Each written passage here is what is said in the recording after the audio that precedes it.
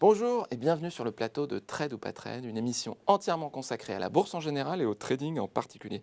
Vous connaissez le principe de l'émission, il est très simple, parler trading avec des traders. Mais aujourd'hui, on va aussi parler avec ceux qui nous font la joie de nous prêter ce plateau pour enregistrer cette émission de télévision et discuter bourse. Je veux bien évidemment parler de Boursorama qui va nous parler de Bourso Markets. Et Andrea Damiano viendra nous rejoindre sur le plateau. Parce que figurez-vous que c'est la première fois en France où les produits de bourse Société Générale sont disponibles avec zéro frais de courtage de manière permanente. Alors vos esprits vifs et acérés me diront oh, mais non, ça existe depuis longtemps, c'est pas la première fois qu'on voit des free trades, ça existe depuis longtemps. Eh bien je vous répondrai non, et ce pour trois raisons. Il ne s'agit pas d'une opération de remboursement de frais de courtage, mais une opération d'exonération de frais de courtage. Ça a sa différence, puisque vous n'êtes pas obligé de débourser les frais de courtage et attendre la fin de l'opération pour être remboursé. Pour ceux qui tradent souvent, ceux qui sont des heavy traders, comme on dit, ça a son importance. Deuxièmement, les opérations de remboursement de frais de courtage, les free trades, étaient généralement limitées dans le temps. Elles duraient 2 mois, 3 mois, parfois 6 mois. Là, ici, dans l'opération Bourso Markets, il s'agit d'une opération permanente. Et enfin, troisième raison pour laquelle cette situation est différente, eh bien, vous n'avez aucune condition d'éligibilité de vos ordres. Auparavant, il fallait que le montant de l'ordre soit supérieur à 200 euros, 300 euros, 500 euros, et parfois aussi limité en termes de montant. Il ne fallait pas que l'ordre dépasse 5 ou 10 000 euros. Ici, aucune condition. Tous les ordres qui sont acceptés par la plateforme de trading de Boursorama sont éligibles à l'opération. C'est une des particularités de Bourso Markets et on en parlera tout à l'heure. Il est temps pour moi de présenter nos invités. Alors à ma droite, nous avons Mathieu Lebrun. Bonjour Mathieu. Bonjour, vous êtes responsable de la newsletter financière SMS Cash Alert du groupe Agora. Merci d'être avec nous. Merci à vous pour l'invitation. Mais c'est avec plaisir. Jean-Louis, alors on ne vous présente plus, 38 ans de métier, vous êtes responsable 42. de Perceval Finance. 42 Responsable de Perceval Finance, une institut de formation. Vous avez formé beaucoup d'opérateurs de marché à Paris. Merci d'être avec nous et bonjour. À ma gauche, Franck Morel. Franck Morel, vous êtes responsable de zonebourse.com. Vous êtes un passionné d'analyse technique, passionné des marchés. Ça fait combien, 20, 25 ans que ça dure? C'est ça, 25 ans. Merci d'être avec nous. Bonjour Franck. Bonjour Thibault. Et Léa Gézéquel, spécialiste des produits de bourse et aussi spécialiste des quiz financiers. On n'en dit pas plus, on en parlera tout à l'heure et on verra qui est le plus fort d'entre vous. Et maintenant, il est temps pour nous de commencer la rubrique « On refait la semaine ».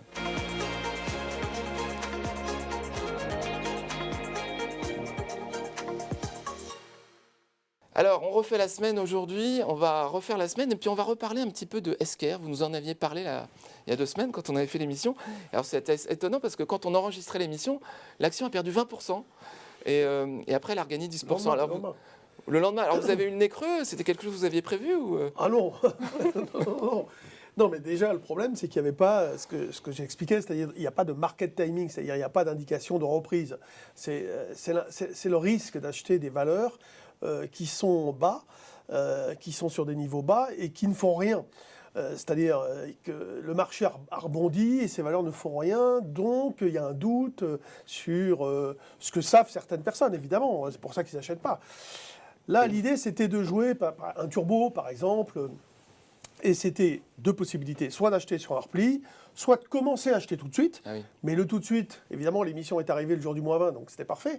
Mais heureusement qu'on n'était pas en direct. Mais en fractionnant, c'est-à-dire tout de suite un petit peu, puis acheter, sur 2 ou 3 fois, quoi. D'accord. Bon, c'est un cas typique de ce qu'on parlait, de ce dont on parlait la dernière fois, c'est qu'il faut quand même avoir de l'humilité dans le trading. Donc soit attendre un repli, soit construire une position, c'est ça? Ouais, mais c'est-à-dire que quand vous achetez des valeurs comme ça, encore une fois, vous prenez un risque de ne pas être dans le timing, quoi, tout simplement. Là, c'est violent, mais en fait, elle a baissé une journée, après elle a rebondi. C'était un mouvement extrêmement violent sur une journée, puis après elle a repris 10%. C'est au niveau des marges. C'est violent, tout est violent en ce moment en bourse. Il suffit d'un chiffre un peu décevant et puis boum, patatrac. Les contrats, il y en a. Esker, je pense qu'elle est cher payée. Le problème, c'est ça, c'est qu'elle était cher payée. Voilà. Et cette semaine, vous êtes intéressé plutôt au CAC 40, hein, c'est votre dada le CAC 40. C'est que là, il faut toujours se poser la question d'acheter une action en fonction de l'ambiance générale des marchés. On est bien forcé. Là, les marchés, ils sont un peu crispés, on va dire. C'est espoir, désespoir, en fonction de l'évolution de la situation, évidemment, en Ukraine.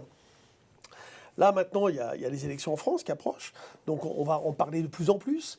Encore que le premier tour, c'est ce week-end, c'est fou. Donc, on n'en a pas beaucoup parlé. Les marchés n'ont pas été très stressés par l'événement, mais peut-être qu'ils vont l'être davantage. Comment ça va être, là Et là, le problème, c'est que la visibilité étant mauvaise, même post-crise, post-guerre, il n'y a pas de visibilité forte sur les fondamentaux. Au contraire, on a une visibilité sur beaucoup de problèmes à gérer, tout ce qui a été mis en place, toutes les sanctions qui nous amènent des problèmes.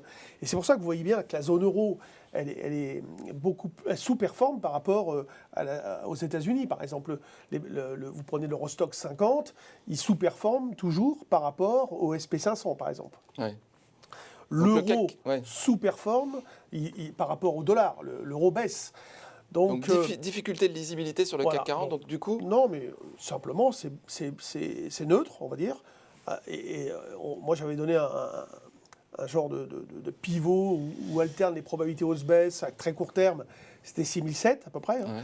Et on est passé un peu au-dessus, mais il n'y a pas eu de relais. Et puis on est passé un peu en dessous. Et là, on est en dessous en ce moment.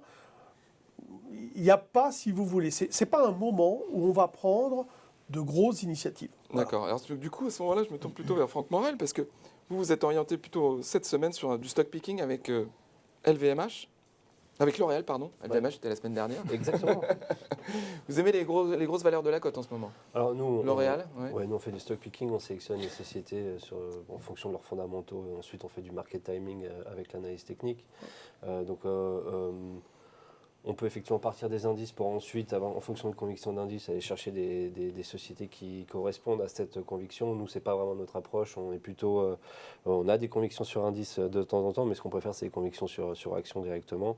Et là, l'ambiance, faut bien l'admettre, l'ambiance générale, on voit les nuages s'amonceler, avec évidemment donc l'enlisement de la guerre en Ukraine.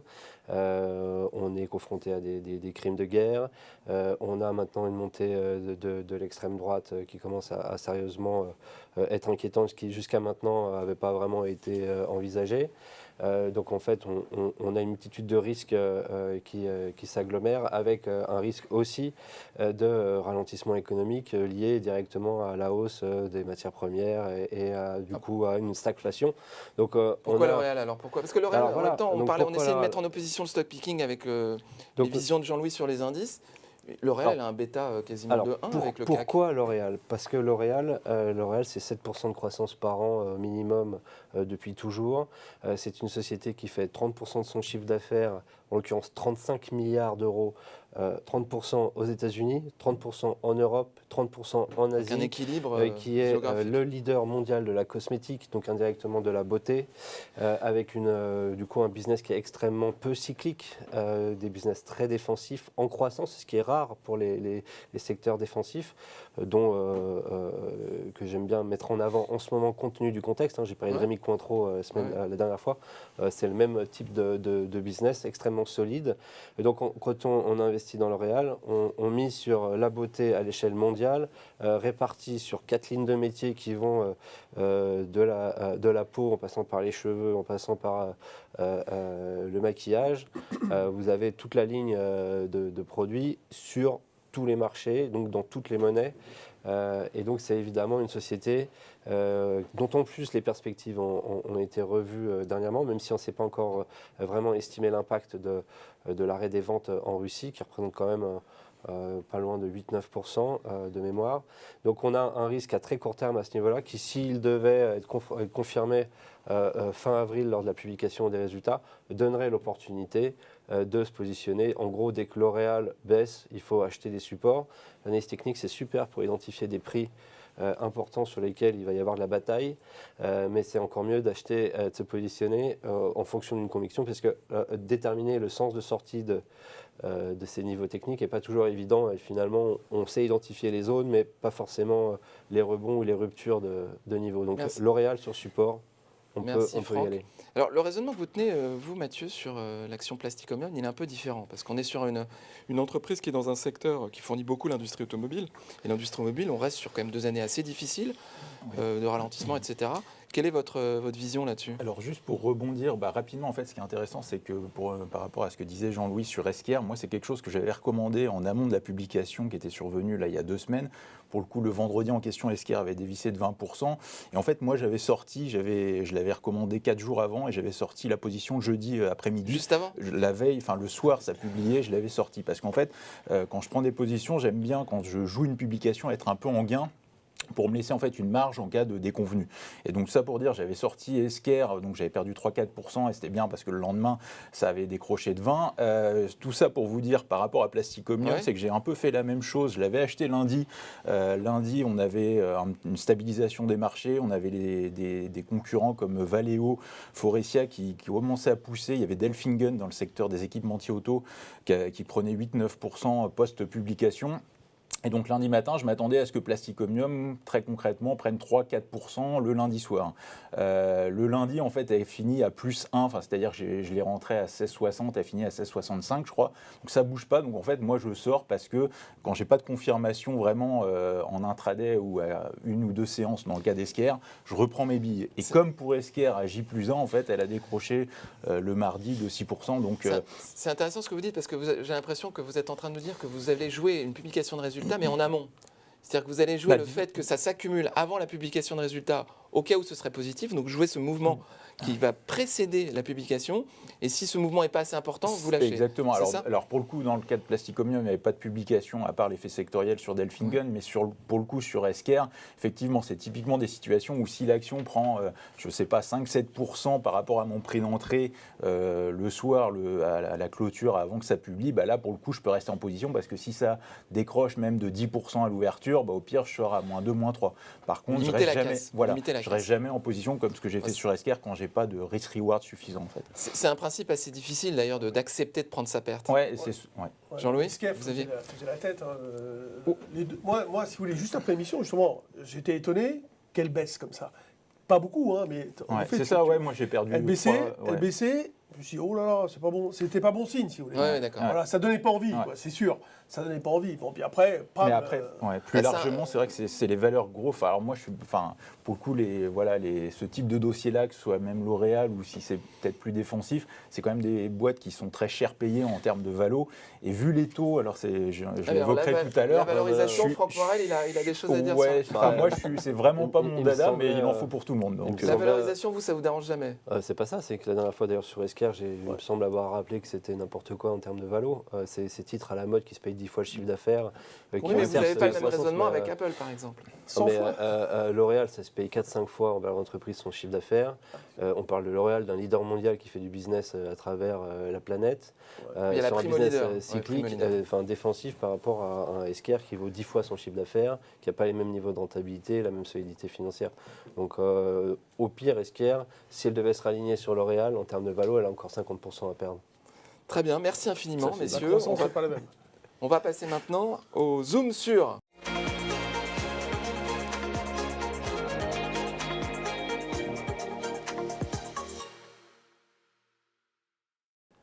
Le Zoom sur avec Andrea Dagnano. Bonjour Andrea, bienvenue sur le plateau de Trade ou pas Trade. Vous allez nous parler de Bourso Markets, c'est bien ça? De Bourso Markets, effectivement. Bourso Markets, pardon. Voilà, comme vous l'avez très bien dit tout à l'heure, Bourso Markets, le concept il est simple, c'est de proposer à nos clients plusieurs dizaines de milliers de produits sans aucun frais de courtage. Ça, c'est vraiment le cœur du produit. Petite question, comment on reconnaît les produits qui sont éligibles à Bourso Markets? Alors c'est très simple, les produits qui sont éligibles, ils ont une petite pastille de couleur framboise avec un 0. Donc pour les clients, quand vous êtes sur le portail et que vous naviguez, que vous voyez cette pastille, c'est que le produit est éligible à l'offre et donc est à 0 € de frais de courtage.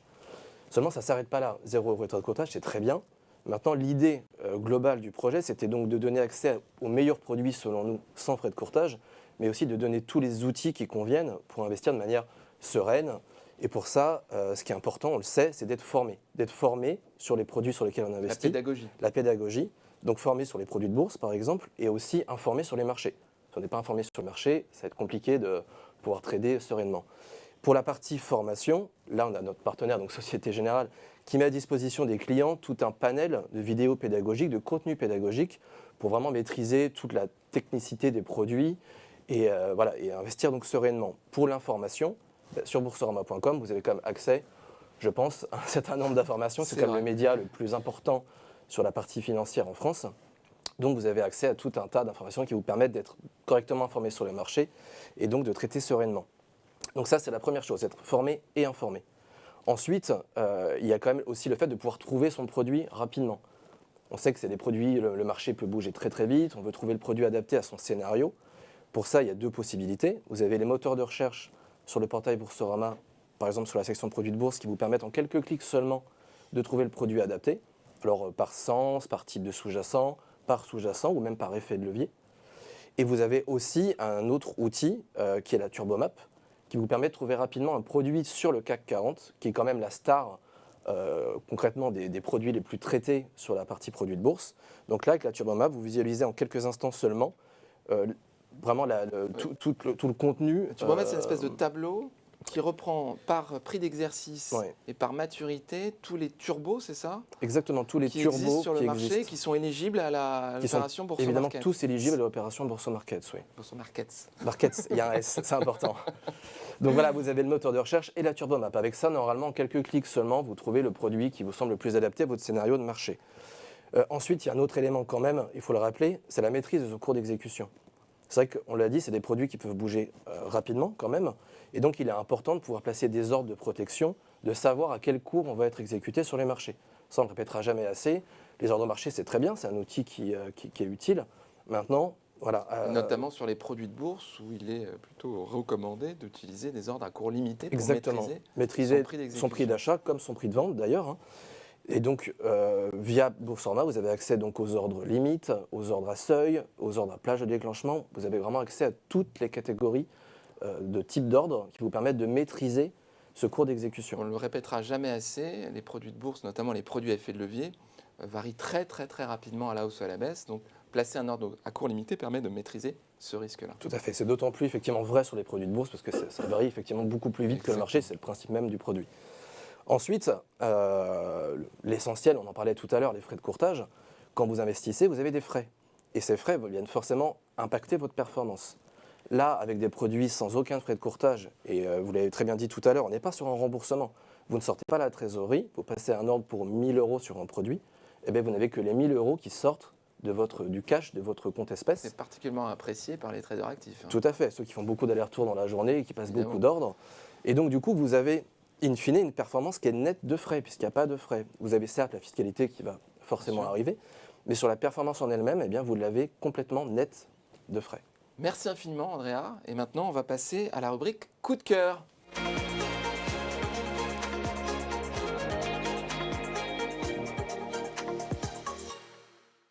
Rubrique coup de cœur avec le retour de Léa sur le plateau. On va commencer le coup de cœur par vous, Jean-Louis. Vous connaissez le principe, c'est 1 minute top chrono pour nous convaincre sur une action proprement dite. Il s'agit maintenant de Ubisoft. Donc on va compter 1 minute, c'est parti. À vous, Jean-Louis. Alors, comme pour Esker, il y a 15 jours, il n'y a pas sur cette valeur de signal d'achat technique. Donc, on y croit ou on n'y croit pas. Elle a un comportement, évidemment, elle a vraiment sous-performé depuis des mois, hein, parce que par rapport à son plus haut, elle a divisé par 2 à peu près, un peu plus même. Et là, on va dire qu'elle commence à se stabiliser et elle se reprend légèrement à la faveur d'un consensus qui évolue plus favorablement sur la valeur. Donc on revient, si vous voulez, à des idées d'acheter, etc. Normalement, le market timing, il faudrait que ça franchisse 45 €. Donc à partir du moment où ça franchit 45 €, une dynamique haussière peut s'enclencher et on peut acheter des options sur la valeur. Des turbos, j'ai vu qu'il y en avait. J'en avais déjà fait d'ailleurs il y a quelques années. Donc voilà, pourquoi pas. C'est une valeur intéressante. Évidemment, tout le monde connaît Ubisoft, jeux vidéo. Ils en ont sorti un aujourd'hui, ou hier, je ne sais plus. Mais en tout cas... Top. En tout cas, on restera sur cette note non conclue. Mais nous allons demander à nos 2 invités de savoir s'ils adhèrent à ce discours ou pas. Oh là, nous avons un stop et un go. C'est parfait. Fantastique. Alors, on va commencer par la contradiction. Franck.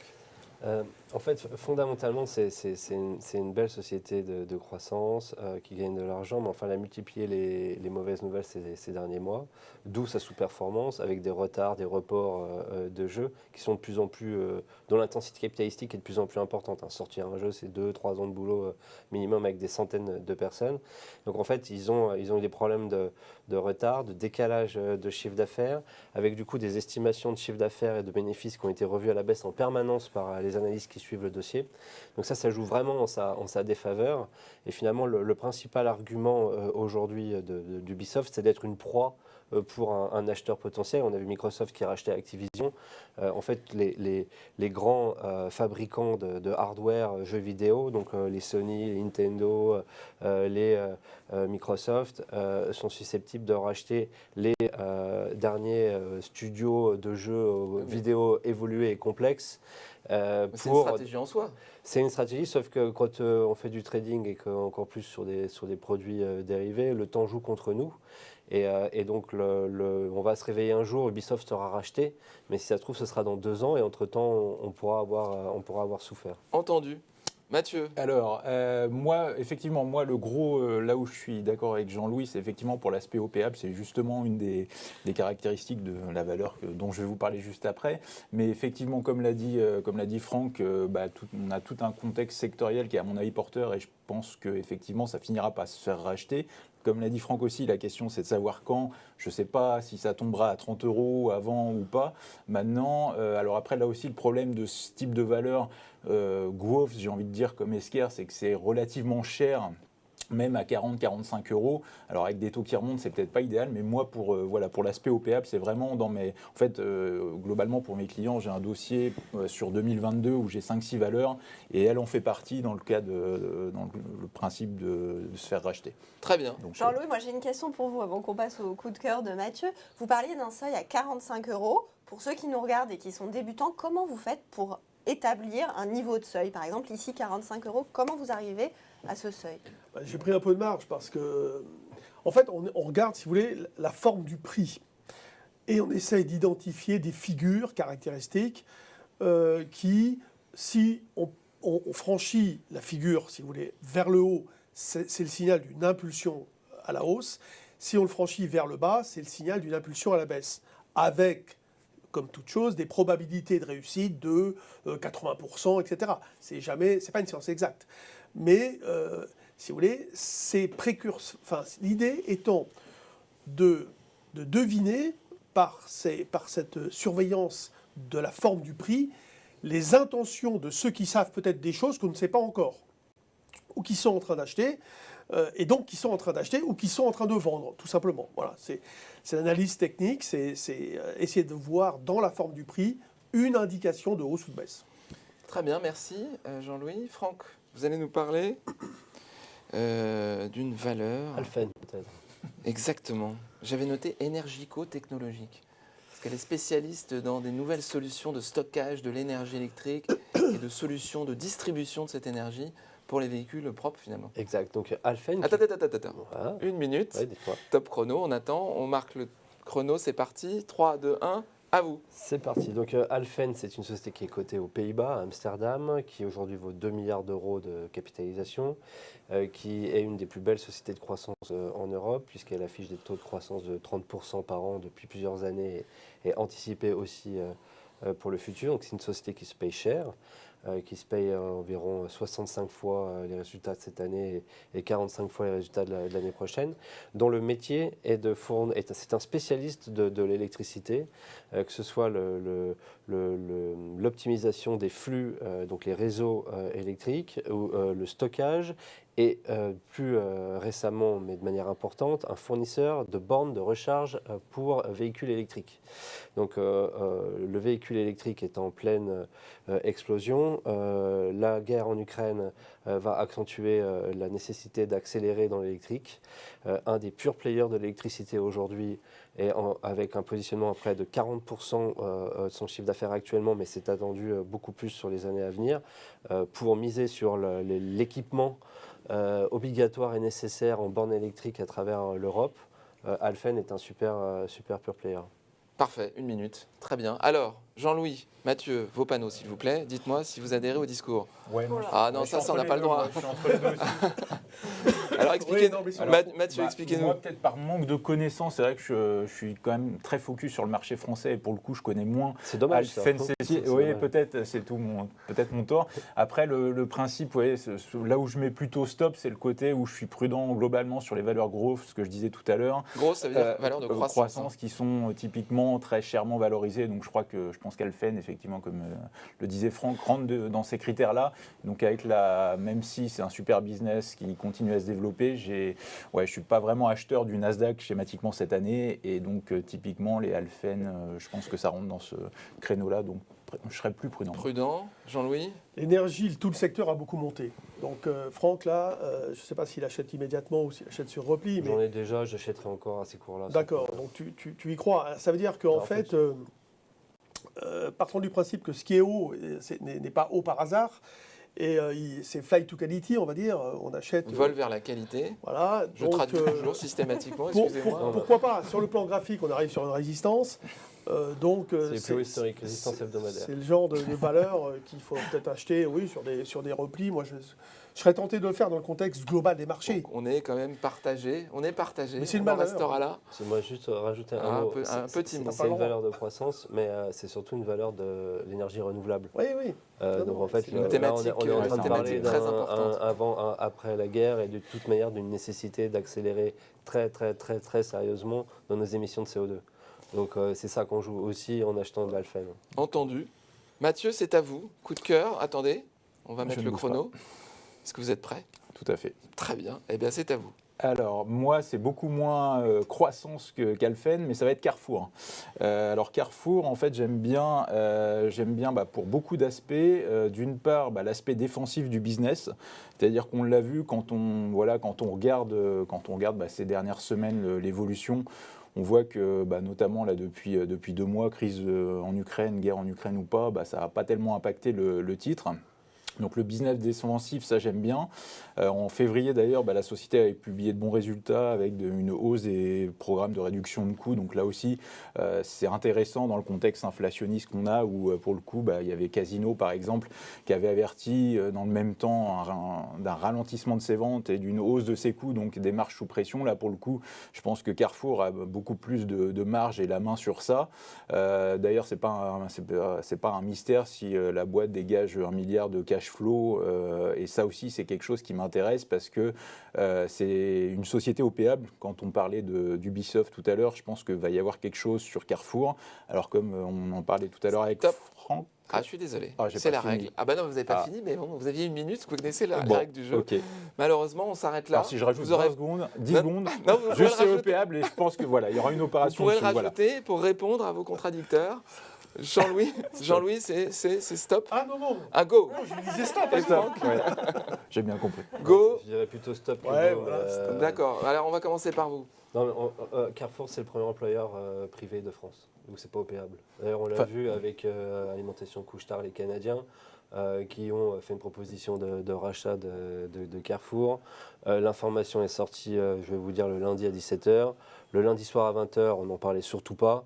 Et le mardi matin, Bruno Le Maire annonçait qu'il était hors de question que de toute manière Carrefour soit racheté. Et c'est seulement à ce moment-là, à 20h, le jour suivant, qu'on a annoncé qu'Alimentation Couche-Tard avait fait une proposition de rachat de Carrefour, Donc, mais vous qu'elle ne était croyez pas à l'OPR. refusée. Donc, Carrefour, son problème, c'est qu'elle fait le même chiffre d'affaires depuis 10 ans, avec des marges qui sont faibles. Après, c'est un secteur qui est très défensif, et en ce moment, il faut acheter du défensif, parce que pour toutes les raisons qu'on a déjà évoquées jusqu'à maintenant. Donc, pour ça, moi, je suis d'accord sur du très court terme et du timing pour Carrefour. Par contre, sur le côté investissement long terme et opéable, pour ma part, il n'y a pas de potentiel à ce sens-là. Ce serait plutôt un acheteur qu'un acheté. Entendu. Jean-Louis, vous êtes d'accord avec Mathieu? Je suis d'accord avec Franck et Mathieu. Oui, non, tout à fait. Tout le monde est d'accord, Ce que- c'est formidable. Non, mais ce que vient de dire Franck est On va très arrêter intéressant. l'émission. Sur le plan purement technique, elle a une belle tendance, on va dire. Elle est sortie par le haut. Voilà, encore une fois, comme le marché a fait sa reprise technique et qu'on ne voit pas tellement de potentiel et qu'on pense qu'il pourrait à nouveau souffler, Eh bien, sur la valeur, c'est exactement la même chose. C'est l'idée On pourrait- d'accompagner des mouvements, encore On une fois. pourrait essayer, sur un repli, de l'acheter par exemple vers 17 €, vous voyez, des choses comme ça.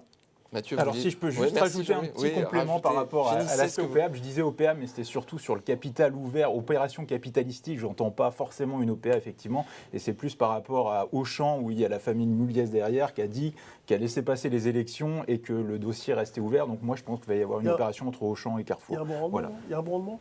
C'est pas tellement, c'est 3%, mais Ouais, c'est ça pas, voilà. Mais c'est vraiment, je pense qu'il y aura, voilà. Vous voyez quelque chose. Bah, C'est écoutez, ça. c'est très intéressant. Donc, Merci, monsieur, pour ces coups de cœur fort instructifs. Et maintenant, on va passer à la rubrique quiz.